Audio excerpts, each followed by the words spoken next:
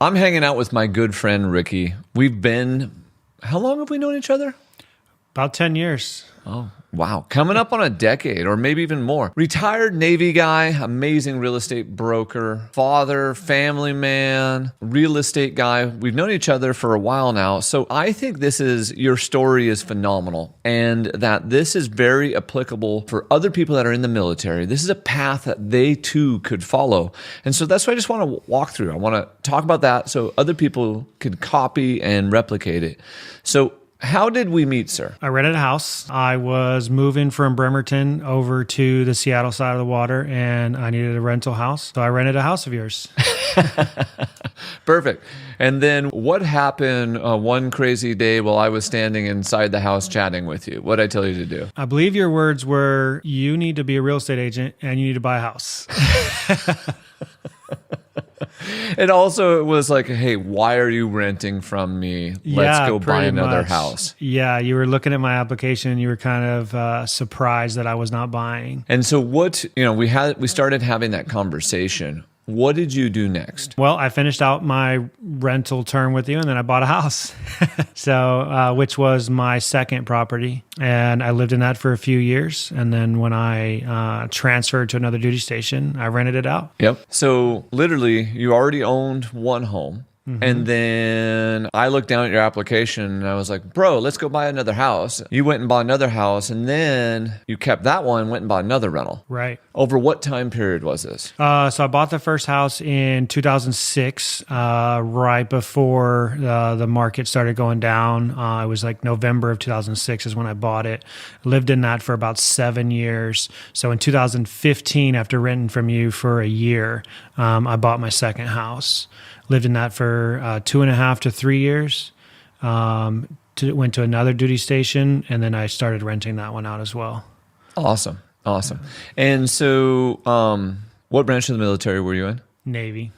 And what did you do inside the Navy, sir? I was a retail specialist. So basically ran a retail operation on board a ship. When we met, I was a recruiter. Yep. In Seattle. So I had quite a bit of sales experience from that. So I think that's why real estate seemed to make a lot of sense for me. Absolutely. And then how many years did you put in the military? And then when did you decide to retire? And what's kind of your advice around that? Because I really love how this happened. So I did 20 years total, 20 years, 2 months, and 5 days. I think I pretty much knew when I came in that I was going to do 20 years and then retire. There is a 30-year option, or you can go however many years after 20 you want. But I always wanted to do my 20 years, get my retirement benefits, and then get out. And it wasn't until I met you and we started talking about real estate, and then I realized, after having rental properties, that real estate was going to be a substantial business opportunity and allow me to, get out of the Navy. So that pretty much solidified around about my 16-year mark of the Navy. Pretty much solidified that, real estate is a substantial career path that I could use to get out of the Navy. And I think that's when I knew I was going to definitely be done at 20. And I love it because we had this discussion and you're like, should I leave? Should I not leave? And I was like, no, absolutely stay, get the retirement. And you were on board. So I was just reinforcing that. But you also decided while you were still active duty to get your license. So walk us through that and, walk us through your purchasing, getting some referrals, doing some business while you're active duty. Yeah. So since I was a recruiter and, real estate being sales, I was getting to a point in the time, which I think a lot of people get that way in their career where, you get so close to that retirement that you start, just kind of, man, I've been in it for a really long time and I still have so much longer to go. So I actually considered getting out at my 16-year mark. And, thanks to you and some other mentors, obviously my Chiefs mess was instrumental in that. Yes. In, making sure that I stayed in and did my 20, got to my retirement without hanging that up early. And so I did that. So I started working on my real estate license while I was in my second home. And I remember posting on Facebook about it. I remember coming in the office and, talking about it. And it was just really exciting. And ultimately I got my license about 5 months before I got out at my 16-year mark. And so I thought I was going to just get out and go do real estate full time. But then I decided to, stick it out because I knew that was the smartest decision. Yep. I stuck it out. I stayed in, but so I sold my my first home that I bought, and then I dabbled in it for a little bit. I got some contacts. I sold a buddy's house. I sent a referral for other people. Just kind of started talking about real estate and how it was working for me. Got other people on board, and then I would send the referrals all the way from Guam. I was sending referrals back for people to sell. So. No, I love that. We're talking about it. I was like, do you like Guam? And you're like, Guam is really hot and there's not a ton of fun things to do here. Yeah. Well, there is a ton of fun things to do, but it's so hot that it's hard to enjoy them. So I don't like the heat and humidity. So Guam is a beautiful place and a lot of people love it, but it wasn't for me. So I was happy to do my 2 years and come back and finish my last 2 years in Navy here in Bremerton. What I loved was you were so plugged in. And, you're a part of our real estate sales organization. We're both twinning right now, wearing the same T-shirts. This wasn't even planned for us to wear the same T-shirts. P.S. If you buy something from us, we'll get you a T-shirt.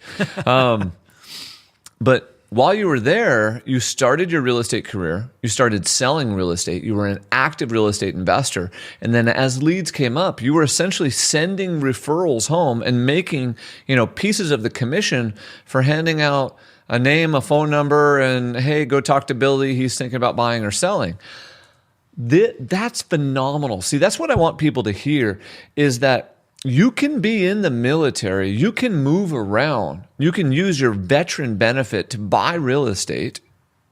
You can then buy more real estate for cash flow. You can get your license and basically start this whole side hustle while being actively involved in the military. Right. Yeah. I mean, I did it. And it was easy. A lot of people don't. A lot of the people that I talked to, they never understood how easy it is to use those VA benefits. It's a great program. It helps people get into houses.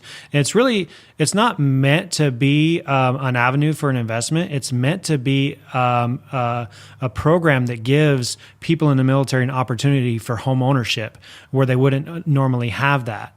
But you can absolutely use it as an investment tool and just continue to use it over and over again. And there's a lot of veterans that don't understand that you can use your VA loan more than once. Yeah. Yeah. And so the strategy that I want to break this down and get into the technical part of the strategy that we essentially used here was we used the VA benefit to purchase owner occupied.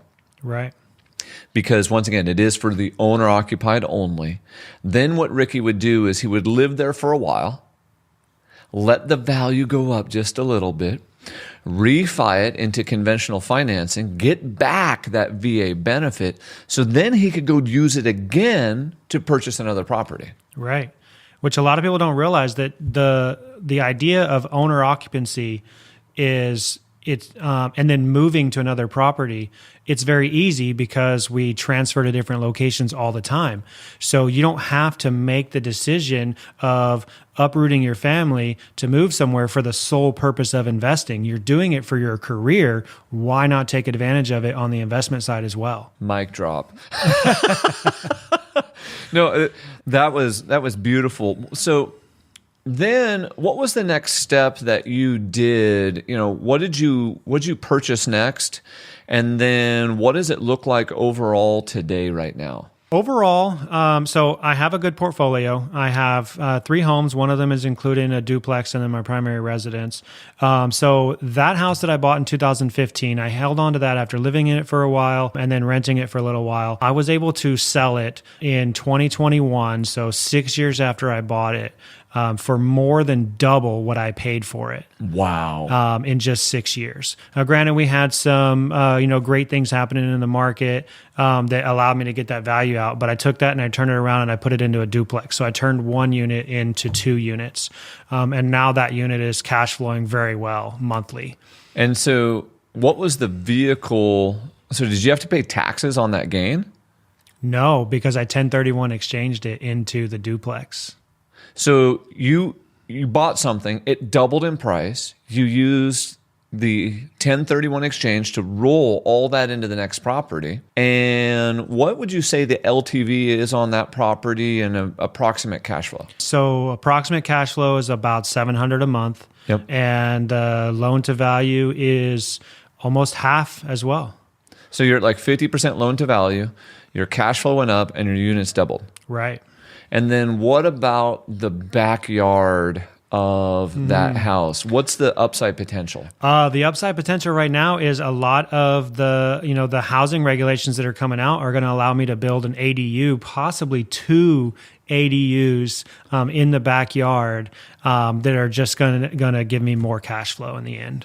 Phenomenal. So that duplex was purchased just because it was a good deal. But what happened is zoning started changing, which is now creating an additional upside potential that we didn't even know was there. I mean, we talked about it. We thought like maybe this might happen, but it actually happened sooner than both of us thought. Right. By like 5 years. Yeah.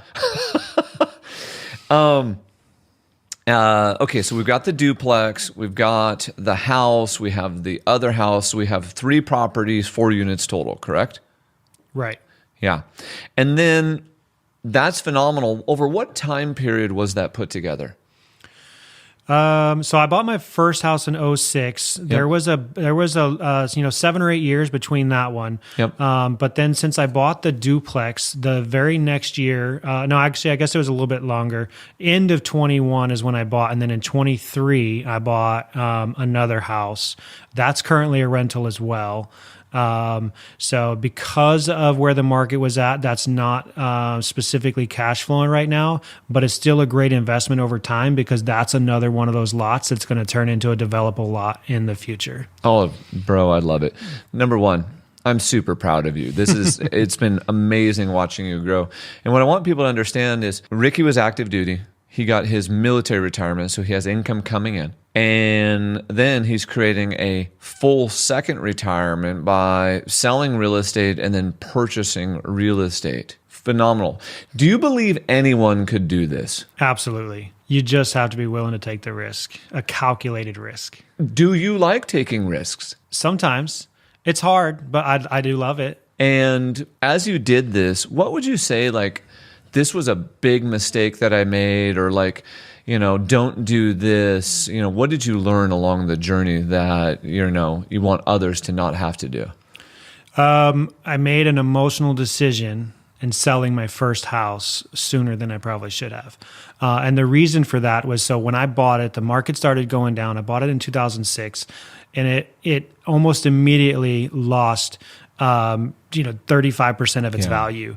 It ended up going down, and it took almost 10 years. I sold it after 10 years for almost the same price that I bought it for 10 years prior. And so what happened though, is because I sold that in 2017, if I would have waited even until 2019, that value would have increased and I actually would have made money on my investment. But because I had spent so many years in the downfall on that house, when it got back up to a value that I could walk away with just a little bit of cash, I was done with it, and I wanted to be done with it. And I should have not made an emotional decision, held on to that as an investment and made more cash later on. Now that house is probably worth 3 times what I sold it for. Yeah, when I sold it. One of the things that I want our listeners to hear, and thank you all for tuning in, hanging out with us, like, subscribe, comment, connect with us. We really appreciate it, is the wisdom right there. The wisdom is, and we all fall victim to this. I've fallen victim to this. Everyone does. It's not just Ricky.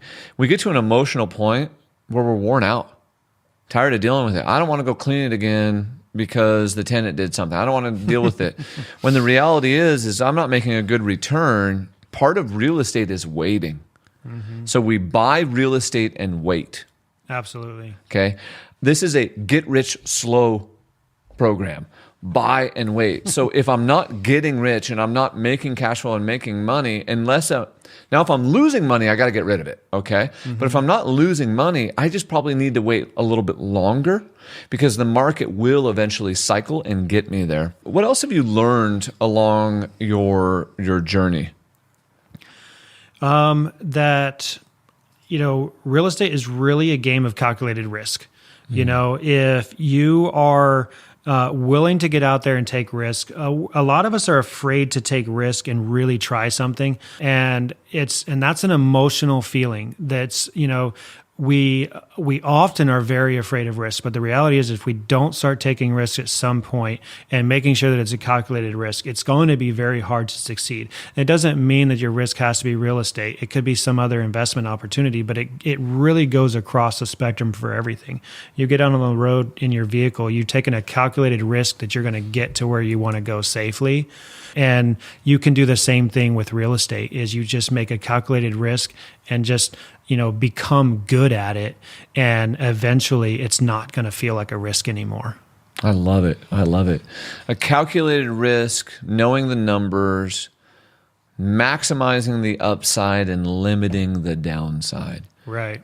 So wait a second. And you got to be willing to lose, because your first try, you might lose some money, but you're going to learn from that. If you're not willing to lose a little bit, you're not going to gain anything. Well, let's go there for a second. Have you ever lost a bunch of money in real estate? Absolutely. Doing? So on my first house, Yeah. I bought it for $165,000. Yeah. And within 6 months, it was worth $110,000. Yeah.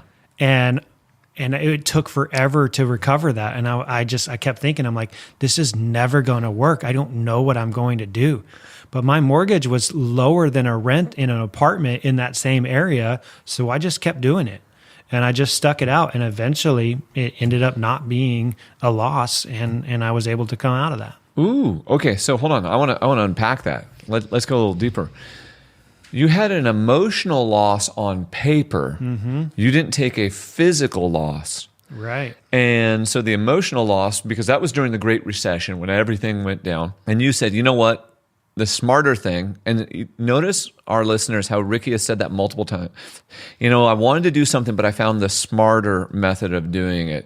I understood what was happening. I went and seeked out the counsel of mentors and friends and people like that. So he avoided the emotion, he figured it out, and he stayed in the property because it was less expensive. Now, granted, you didn't make a bunch later, but if you would have held it longer, you could have. So the reality is, and this is also what I'm getting to for our military people as they move around, you've never lost money in real estate. You just lost money. You kind of emotionally lost money, but you didn't physically lose money. Right. Yeah. But that emotional loss really makes it hard to want to keep doing it. So even after that, you still have to keep getting up and trying it again. Yes. Yeah. Yes. What else would you recommend for others as they're getting started that are, new investors or active in the military? What would be your recommendation for them? Just get started. Buy a property. Whatever you can afford. If it makes sense, buy it. It doesn't mean that you have to make just go out and buy the first thing you see, right? If you can afford the monthly payment via your own pay, via a rental, via a buddy helping you with the payments, however you can make it work, if you can afford to do so, buy property before you can't. Wow. So what do you mean when you say before you can't? People are getting priced out of the market. That's a fact. Homes are not getting cheaper. Land is not getting bigger. There's going to come a point in time where if you don't own property now, owning it is going to be significantly harder than you think it is right now. So get on the train. You have to get on the train. Buy now. Yeah. Everyone starts out an amateur. Yes. All right. Amateurs can duplicate professional results. They do it all the time. Professionals just learn how to duplicate it over and over again, but you only have to be an amateur once and then become a professional by duplicating that result. That right there is a mic drop. Thank you, everyone, for hanging out with us. If you are active duty and want to chat with Ricky, you can reach us at resg.com. And I want everyone that's listening, this is a This is a roadmap. This is something that he has created 2 streams of income. This is a wealth creation for his family. And this is something that everyone can do. Any final words in regards to that? Buy real estate. That's really all there is to it.